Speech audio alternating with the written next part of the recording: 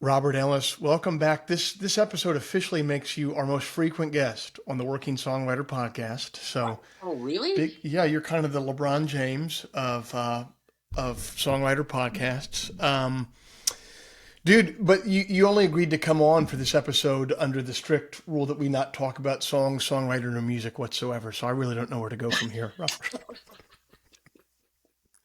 How many am I winning by? Just one? Just one, because we've had Okay. several people do like a returns episode, but this will be your, I guess, your third episode. Here's a way that we can start by not talking about music, because I know that you hate music and you don't want to get into it at all. Um, you finally just cut to the chase. What we've been doing for years is playing music, but making other people money as they sell booze while we play music. You've now just bought a bar, so you cut out the middleman stuff of playing music, and you've kind of vertically integrated your music career just straight to the bar. How's being a bar owner going? What's going on with that? It's been really awesome, and it's very exciting. It's very stressful, probably more so than music. Uh, Really? in some ways, yeah. I mean, we're right now working towards. For those of you who don't know what we're talking about, we bought a bar in Fort Worth, Texas, and we're working towards this massive like remodel, rebrand. It's going to be a concert venue and cool like vinyl bar, and it's in the same building as our recording studio. So I don't know. It kind of makes a lot of sense in a number of ways, but basically because of the nature of the deal, we had to buy this existing space and move in and keep operating. And right now we're just trying to in tandem with this massive remodel and rebranding thing, we're also trying to keep this bar afloat and make it make sense. And there's just we inherited a lot of quirks that we have to figure out. And I don't have any fucking experience in the bar business other than performing Right. and drinking. But but in terms of management, like I'm just having to figure all this stuff out, which honestly, I was telling my partner Erica the other day, I'm like the most stressed out I've ever been. I'm very busy, like nonstop, wall to wall shit.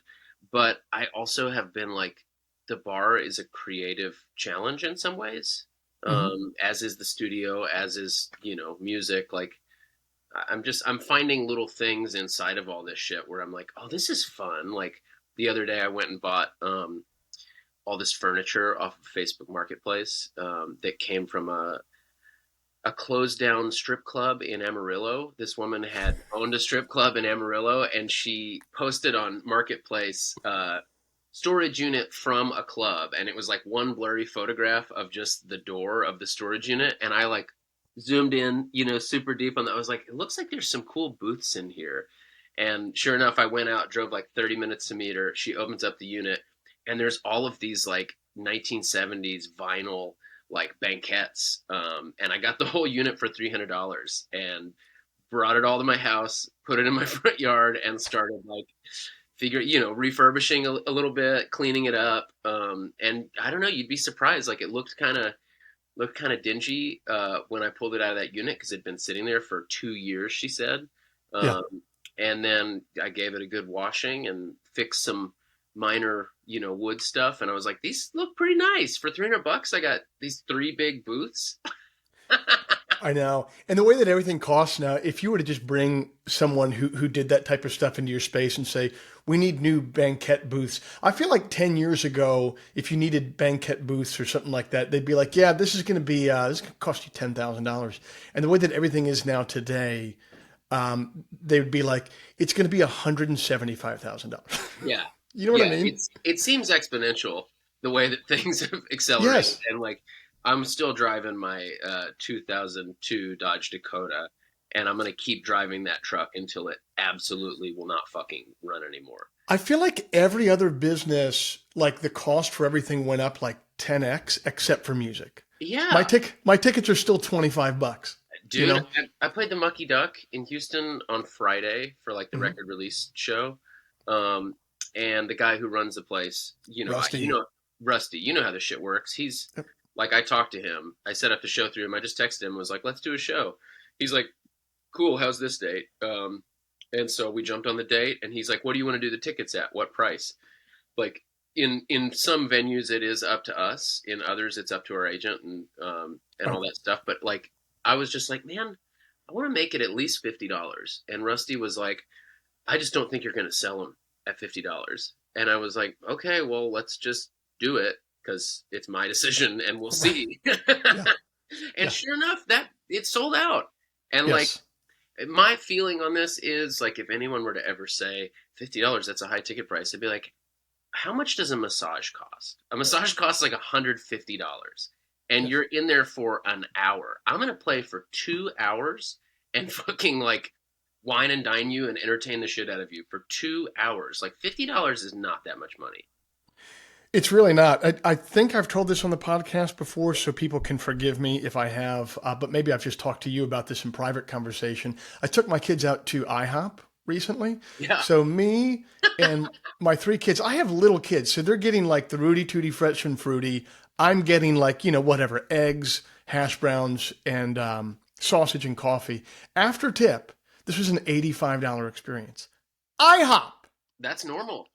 IHOP. This is the place that you go to when you don't want to spend a lot of money. So if IHOP for me and my kids is $85, I'm sorry, man. A concert experience like so my tickets go for $25 now, and they have been for 15 years. And it's like, man, so after fees, that's $65 for you to take your date to one of my shows. And it's like, man, I'm sorry. It should cost more than IHOP. It really should. Well, I don't think people, first of all, I don't want it to seem like we're complaining, but I also don't think people understand the economics of it. Like when you have a ticket at $25, for every $25, you have to carve off 15% of that for management, you carve off 10% for booking agent, and then the venue itself doesn't give you all the money from the door. Like that's not how it works. You have Yeah. usually some kind of split.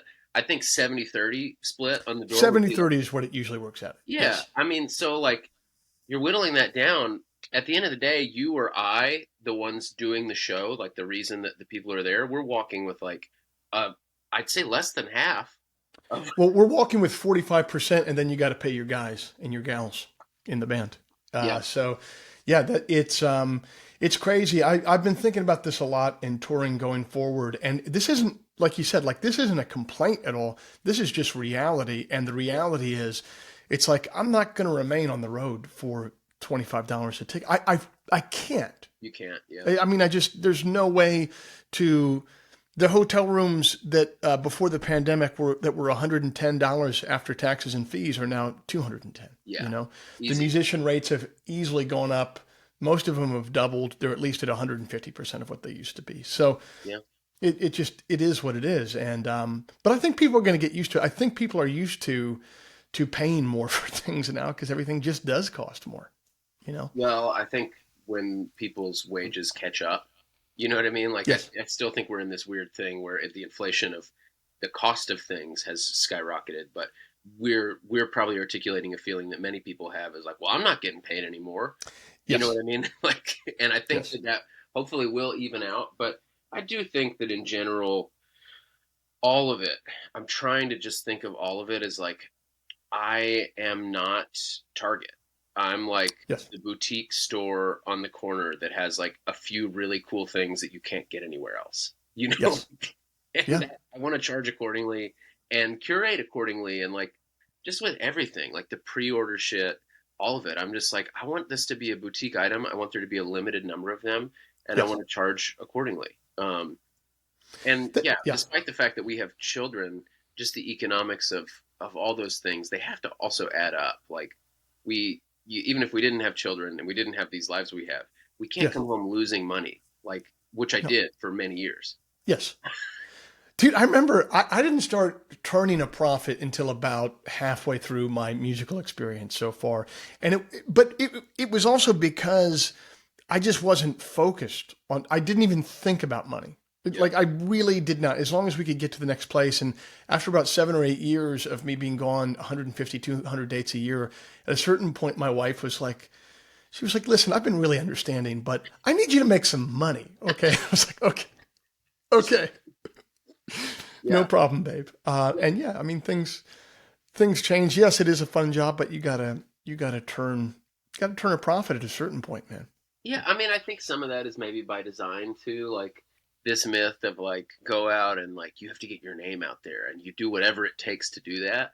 Like that's so ingrained in us as children that we just are like, cool, yeah, I'll go over there. I'll play that thing. You want me to do that? Yeah, for free, fine. I'll do all of it. Like Yeah. just sort of like trying to walk in any open door at that point in our careers. And you hit a Yes. place, I think everyone in their lives where you're like, I'm not going to leave the house unless I'm being valued. You know, Yeah. like Yeah. Yeah. I mean, God bless them. And they were really good to me early in my career, and I think they're a great organization. But like, it's like, well, you're going to play Americana Fest this year, Joe. It's like, well, like, no, I think that's really great for like younger artists, but like, I'm a grown man. Like, I have to be, I have to be paid. You know what I mean? Like, I'm playing it I'm, this year. The only reason I'm doing it this year, Joe, and full disclosure, this yeah, is just between you and I, obviously. yeah, Um, no one else. but I put out this new record on my record label. It's my Yes. first record on my label, and this label is not just a vehicle for my music. We've also been releasing other artists. We released two last year. We have another handful this coming year. Like the label is something that I care deeply about and am passionate about. And the reality is, as a label owner, it is important that Robert Ellis, the artist, is there. And so now that I'm seeing both sides of it, I'm like, fuck, this doesn't make any sense. Like, and Yes. I'm not gonna drag them. I think they're doing great work, but like the reality is the artists who play these conference festivals, they Hmm. don't get a guarantee in the traditional sense. They get what's called an honorarium, Right. usually of I don't know, 150, 250 bucks. It's Yes. somewhere in Hmm. that window, around the cost of part of one night's hotel room for one Part. person. Yep. Yeah. Part. Yeah. So it's up to us to incur the expense of going out there and being a part of this conference. Now, like where I'm at now, that makes sense. I'm going to go out there, have a really good week, talk to people, play music. Like, it's great. Yes. But I see what you're saying, and that's why I didn't play it for the last 7 years. Yeah. It's funny how you're having to put on two different hats now. So you have on the hat of like the bar owner, so you're starting to understand more the venues you've played for the last 15 years, and now the label owner thing, where it's like, yeah, I mean, so I've been putting out my own records for like the last 4 or 5 years, and you do understand why in the past labels were like, I'm not paying for that, dude. Yeah. You know what I mean? Where in the past you'd be like, this is a seminal work. This is a heartbreaking work of staggering genius. And why would you not pay the extra $15,000 to have the publicist continue for another 2 months? It's like, well, now I do understand that, you know? Yeah. And I think you and I, well, I mean, I care deeply about the art. So I'm like, I have two brains now where there's one that's like, you should do a triple gatefold vinyl at 45 RPM and a 3 disc. And then you look at the cost of it and you're like, that doesn't make any fucking sense. No, Like that's, no. and I think as a younger man, I would have been like, man, they won't pay for this thing I really want. Like it made me very angry. And I am, if anything, like starting to sympathize a little bit with the whole, but on the flip side of that, I think it's all what you can take on. Like with our label, with the artists that we're signing, we are offering insane deals. Like we are not making any money, but that's kind of by design. Like I didn't start this label to make money. I wanted to just have a vehicle to release cool music that we liked and create a sense of community and sort of musical identity that I think in the end will benefit my music and Yes. all of our music, just to have this sense of like it's the same thing Americana's doing. It's like, well, if you like X, you might also like X. And I think for years I felt like I was just didn't quite fit in any of those areas Hmm. fully, like um Hmm. I was never cool enough to be fucking indie, and I was just a little too weird to be really embraced in Americana or country or whatever. Like, Right. just always sitting on the outside edge of all of the scenes. And in my mind, I'm like, okay, well, I remember the days when we were kids of like polyvinyl records or something. Like, Hmm. I would just listen to every artist that they put out, and all their artists were kind of different, but the organizing factor is that they were all sort of counter to something. They were all kind of weird, and they were just really well curated. Um, Well, the organizing principle was that there was an organizing principle, that there was someone with artistic and aesthetic taste, whatever that aesthetic was, but that it was coherent in yeah, some way, in you know? some way, but not necessarily musically, not necessarily the way they dress. Like, I mean, the Mhm. same could be ECM is another label that I'm obsessed with. They just put out like hundreds of really weird jazz records and all different. Some like brutal noise, some really nice like large ensembles. Like they put out like a symphonic Keith Jarrett work. Like I don't know, they would run the gamut of all this different stuff, but they were kind of like, oh, if you want weird stuff that you've never really heard before, this is where you go. Um, and I guess yeah, it's jazz, but it definitely wasn't like Blue Note jazz. And they just created this weird identity because I think the taste of the owners, like they just really had good taste, and you're kind of just listening to their curated playlist all the time. It's interesting. I could see then the way that you're conceptualizing this label is in a way the same way that I conceptualized this podcast, which was it's so hard to get people to listen to your own music. So how do you kind of bring people to it? You can't just hammer them with Facebook ads all day. You can't, get an interview in American Songwriter where, 17 people, one including your mom, is going to read it. You know what I mean? Like, Love you so much. I'm not trying to be a dick, but I see the metrics. And so it's like, what are you going to do? And so for me, it was like, start this podcast and it'll bring other people.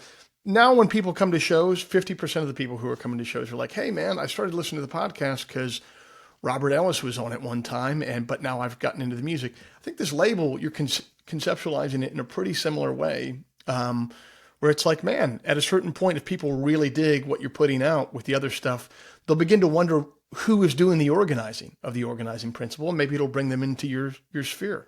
Yeah, I mean, we probably everybody when you're young, you're kind of competitive. You're like, I want that. You're like jealous. You see friends touring and doing something cool, and you're like, fuck, why am I not on that thing? Why am I not?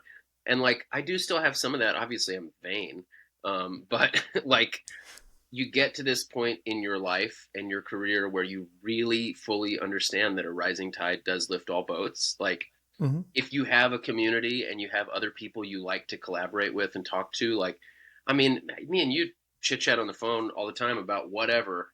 Like, if I'm going out on a tour next year and there's an option for me and you to tour together, and then there's an option to tour with someone that I don't know who Mm-hmm. might benefit me a little more, I'm going to choose going out on the road with you. Because, Right. one, because it'll be more fun, we'll have a Right. blast. But two, I think it makes more sense, like, Yes. for a listener to understand that we're a part of the same community. Like, Yes. Yes.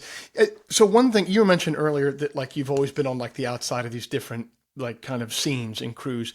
And I think singer-songwriters are really hurt by this in some ways, which is, okay, if you have like a bluegrass band, it's kind of like a jumpy bluegrass band. Um, when you come to town, your fans are going to come to the show. And then there's going to be an extra like 30% of people who are coming because they're part of that scene. Do you mm-hmm. see what I mean? And it's like, so they want to come there because they think that they're going to like your music, sure, but also they know that they're going to see all the people that they see at those Yeah. shows.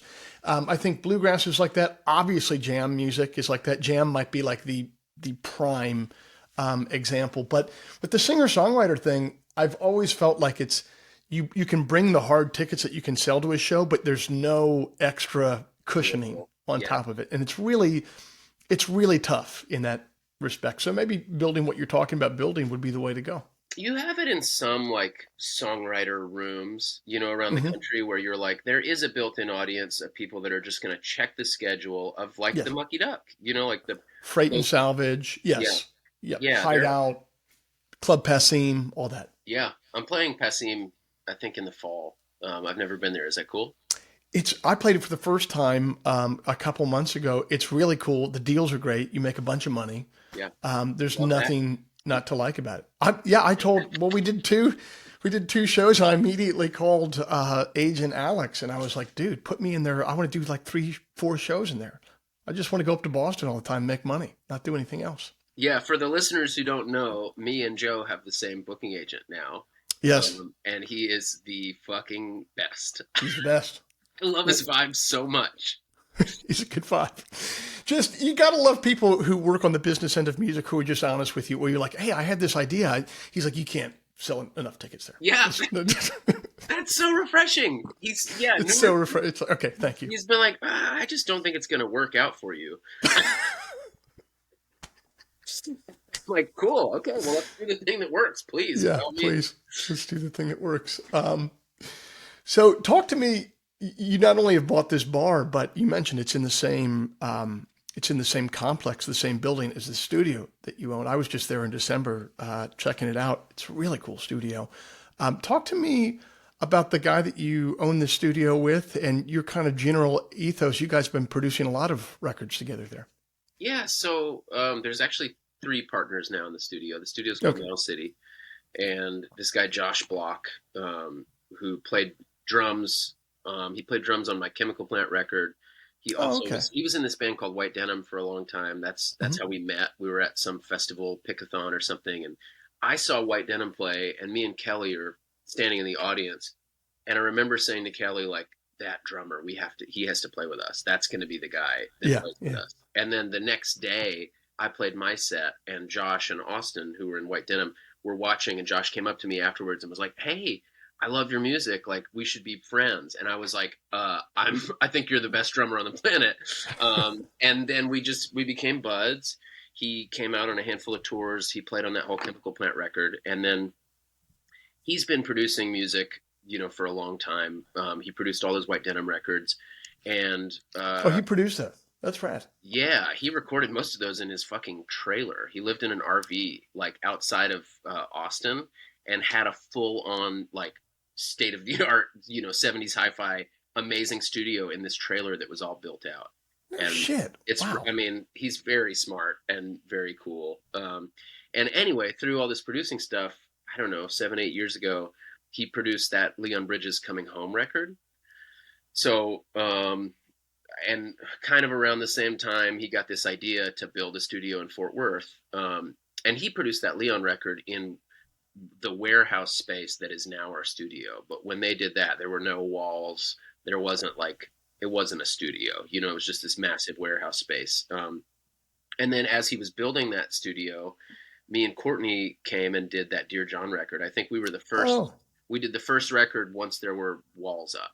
Um, Courtney Hartman is who Robert's talking about, and that's a great record where they cover a bunch of John Hartford songs. Beautiful album. but yeah, I mean, I that record and then a bunch of records that I just came up to play on, or work on with him as a player, hired gun. And I was just coming up to Fort Worth all the time, and right around the top of the pandemic, Josh just called me and was like, "Hey, would you ever think about moving to Fort Worth?" He had two other partners in the business, and they both wanted to get out, so they left. And he's like, "I think we could do really cool shit." And I'm very impulsive, and not impulsive, but when something is a good idea, I tend to just move. I don't think too much about it, Yep. like, and there's Yep. just a suspicion that I had. It was like March, I think, like beginning of March. South by had just been canceled. Everyone's sort of panicking about the pandemic. And I was like, well, I'm actually financially kind of okay right now. I could Mhm. buy a house in Fort Worth. I can't buy a house in Austin. Right. Throughout however long this shutdown is going to be, I could be working in the studio with Josh in some kind of safe way, and we could be making music and creating. Like, I'm not going to be on the road for the next few years, so it just all made sense. I moved to Fort Worth. We started producing records, and then, like I said, we have another partner about 6, 8 months ago. This guy Jimmy Bowman, who is rad. He had a studio in Dallas called Clearlight. He closed down Clearlight to come join forces with us at Niles. So No shit. between the three of us, and Jimmy does all kinds of shit. Jimmy's done a bunch of work for Erica Badu, and like last week we had a bunch of members of Wu Tang Clan in the studio, which Oh, is fucking awesome. But like Inspect the Deck was up, like doing vocals for something, and me and Jimmy were just hanging out in there, like in the control room, laughing at how surreal it is that we get to do shit like this. yeah. You Yeah, know, yeah. Dude, it's a blast. It's a beautiful studio. I can't, that move that you made, it all seems so providential now because I got to kind of get a window in your life when I visited in December, and you have your little house there with your kids, and then the studio. You could almost throw a damn rock and hit the studio. There's that cool Club Tulips over there. I mean, yeah. it was a pretty. You feel like there were higher forces involved, kind of making that happen for you, man. It's a beautiful thing. I mean, at the time, I think Erica was like, "What? Fort Worth? Like, what are you talking about?" I was like, "Let's just go see it." Like, Hmm. we had been looking to buy houses in Austin, and Forget about it. yeah, you could get a shack for $1 million outside of Yeah. town. And so we came here, found a house on Zillow or whatever. First house we looked at, we came and looked at it, and we were like, "This is awesome. Let's put in an offer." We put in an offer, and we got the house. We didn't. That was it. That was our whole house shopping experience. Was we looked at one house, and that's where we are now. But yeah, it was all kind of magical, and I just don't think with the kids we could have the same quality of life that we have here anywhere Hmm. else. And for me, that doesn't just mean financially. It's like I frame all this stuff, like the touring, the studio, money, like all of it. It all follows under the umbrella of like Eric is a filmmaker and a creative. Like, what is the place where we can be comfortable enough to make the maximum amount of art? Like, Yeah. that's how I measure it. Like, because if I'm spending all my fucking time trying to pay rent in Austin and do hustle gigs and like I don't know, it's just a whole different calculus than like being able to come back. This is my back office, Hmm. which is behind my house. I think you slept here. I slept there. Yeah. Do you remember Justin Soto, Where do I know that name from? tour manager? He TM'd me, and Yes. Yeah. Yeah. Yeah. Yeah. yeah, Hmm. he was actually here. He had to leave at 4 a.m. this morning because he has a bus call with Mike and the Moon Pies at 8 in I Austin. love Mike and the Moon Pies. They're I the best. love Mike and the Moon Pies. But Justin, I just cleaned up his bedding back here before we did this interview. Yeah, I played a gig and then I stayed in there. I remember you were and your family were asleep and I didn't have any kids to watch and I just had a cigar out behind your house there and it was hailing. I was just having a cigar in the hail, no children to watch, and then I slept next to the space heater in your office there and it was a nice night, man. It's cozy. I'll come crash out here. I nap out here a lot. But yeah, I don't know. I got sidetracked. I guess all I was saying is just the ability to have time and mental energy to make art. Like I put a premium on that. Yes. If a project is going to consume me, it better meet one of two criteria. It better pay really well, or it better be really rewarding, like Yes. emotionally and musically. Well, there is something that you're talking about there, which I think is really interesting. It's kind of like this cushion that you have to cut out if you want to do creative work, because it's like, all right, if you have kids and you have a family, we're not going to go, it's unacceptable to me to go below a certain level of, we need a good place to live. We need, stability, food on the table, da da da da da. And Yeah, I'm not, if any of that were to go sideways, I would quit playing music and I would go manage a Jiffy Lube or something like that, yeah, make money. That being said, if you want to do creative work, once you're there, you do want to be living in a place where you can kind of cut everything else out. It's like, all right, well, we're not going to take super crazy vacations. We're not going to have cool cars. We're not going to do a lot of stuff because the extra stuff that we're going to do actually is commit time to making art. And yeah, that is what it is. But it does afford you that kind of cushion to say, yeah, like I can take 3 days to read a book, because I need to read this book to create the art that I'm going to yeah, make. And if I don't read the book, it's not going to be the same record. It's not going to be the same film that Erica is making or yeah, whatever, you know? yeah. And I think too, outside of just your creative pursuits, like having kids reframe some of that stuff in sort of weird ways that I didn't anticipate. Like everyone thinks that you have your kid and then you're like, well, now I'm going to focus on making money. Like I kind of Hmm. had the opposite flip. I was like, okay, well, yeah, there is a certain level that I need to operate at to just make us comfortable. And like, I can't live in a fucking van anymore on the road. Like that's just Right. not sustainable. However, like my brain jumped to a different place where I was just like, I have built this world of music and art and interesting people that do cool things.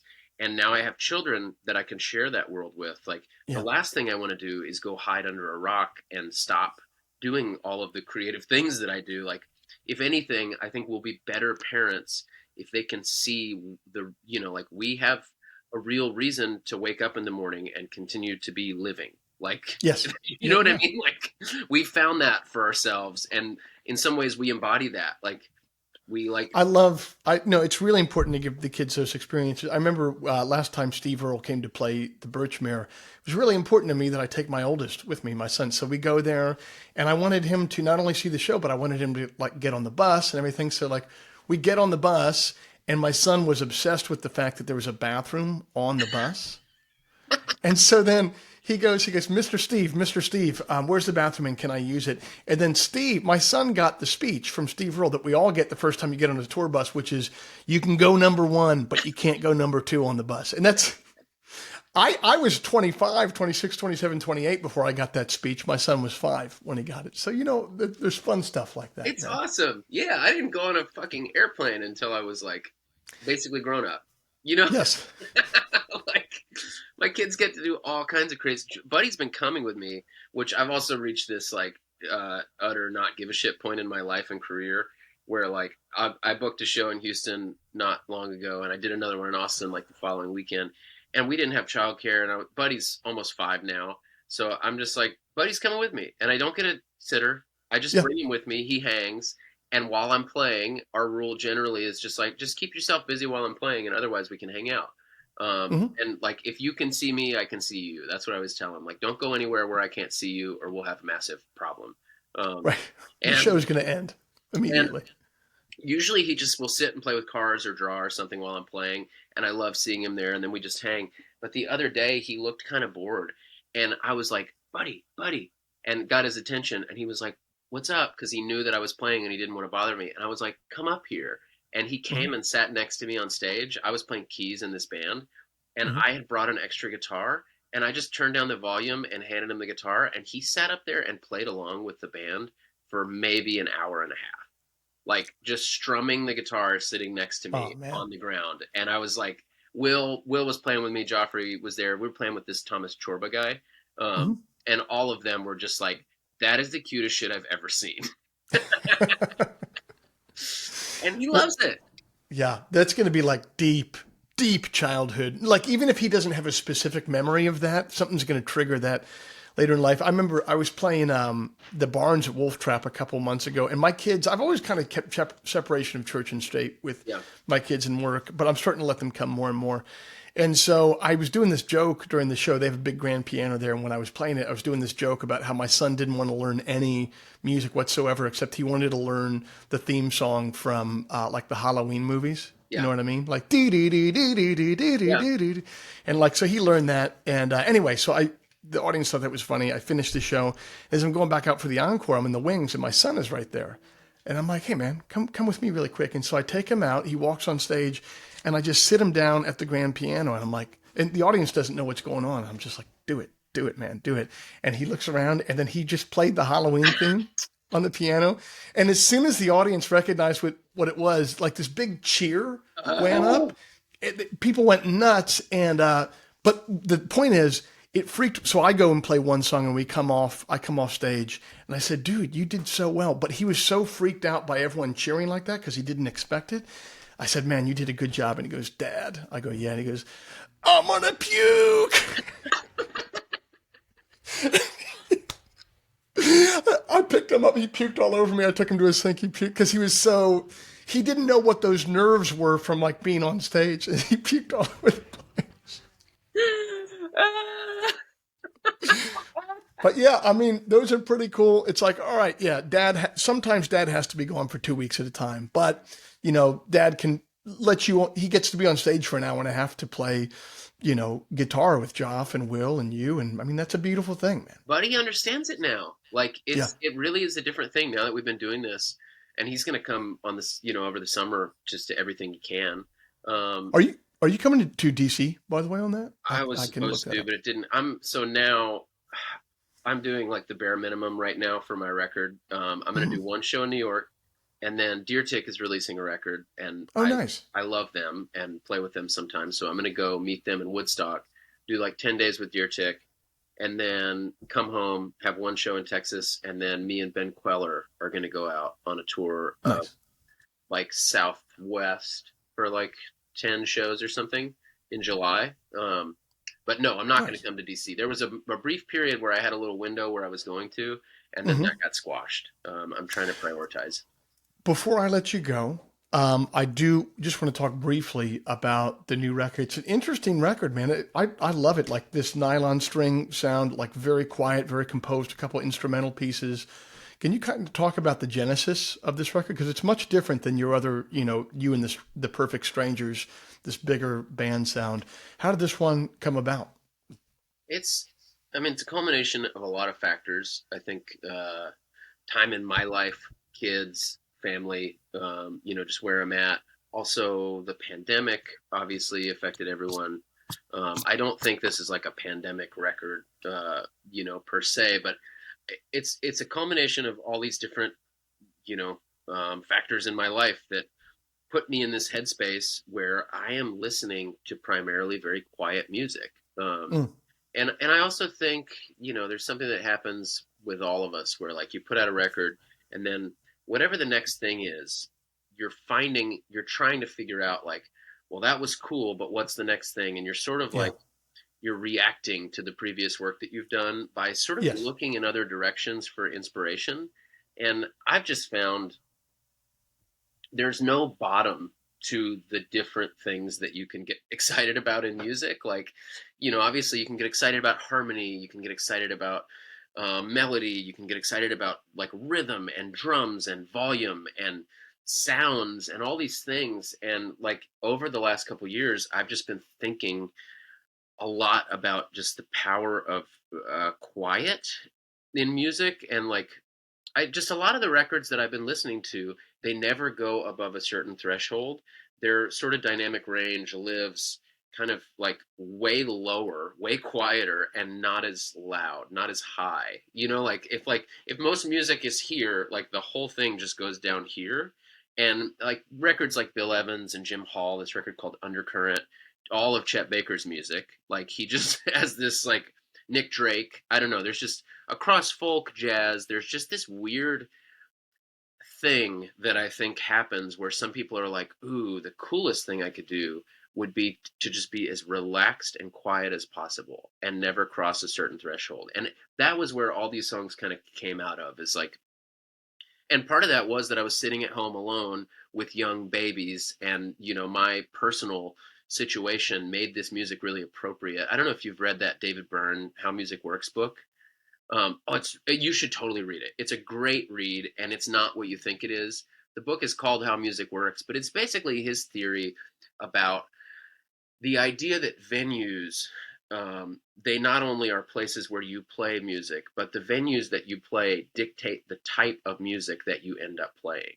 And his example is like CBGB in New York is logistically set up in a way where he believes only that music that they made could have come out of it. Like it just had to be a certain volume, it had to be a certain tempo. Like I don't know, there's all of this stuff in his theory. Like the simplest way to think about it is like Gregorian chants had to harmonically be a certain way because they were played in these very reverberant spaces.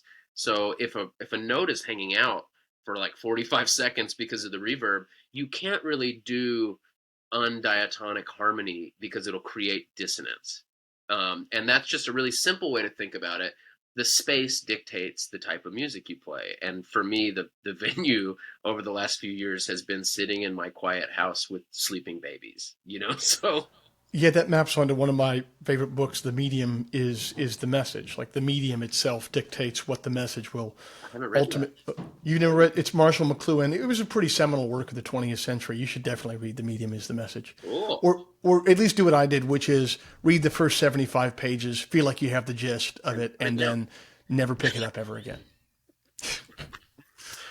But then talk about it all the time Well, you got as it. if I'm an expert. Yeah, you got it. I got it. I got it. Yeah, it's interesting though because I think to go to like just this quieter sound, I feel like that takes like a sort of trust or a confidence because usually your thought is I need to attack the audience with what we're doing. Everyone is glued to their phones. I got to get their attention and bring them here. Whereas playing quietly like this and having a very quiet record, you have to trust that people are going to take the time to come and find you instead of pushing them towards what you're doing. It's just kind of like a silent pull, Yeah. and that requires a lot of trust. Did you second guess yourself at all and lose that trust, or was it I pretty don't. straightforward? Yeah, I don't often second guess myself. Um, Good, yeah, good. I mean, No, that's I, that's the way to be. What's the point? yeah, I You're tend to. I probably mean, wrong.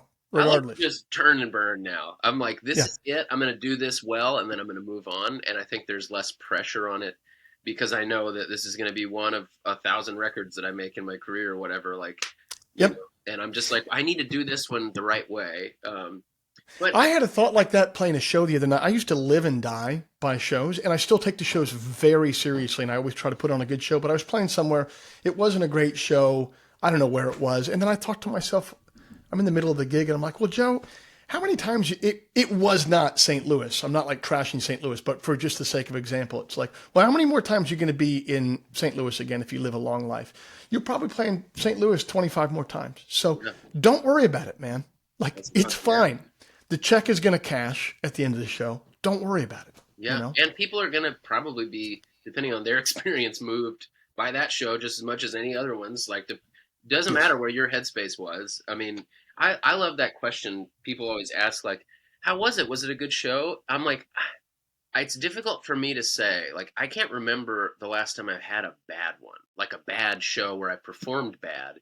Like, there are factors like, yeah, well, there was a like World Series baseball game happening in the room and everyone was cheering for the game while I was playing, but I took what I had and I made the best of it and I walked off the stage being like, that was really fun. It's I didn't get the quiet, everyone listening to me pin drop feeling that I had maybe anticipated, but it turned out to be this other thing where I made up a song about fucking baseball or whatever. Like, like, yeah, I don't know. You just get good at pivoting.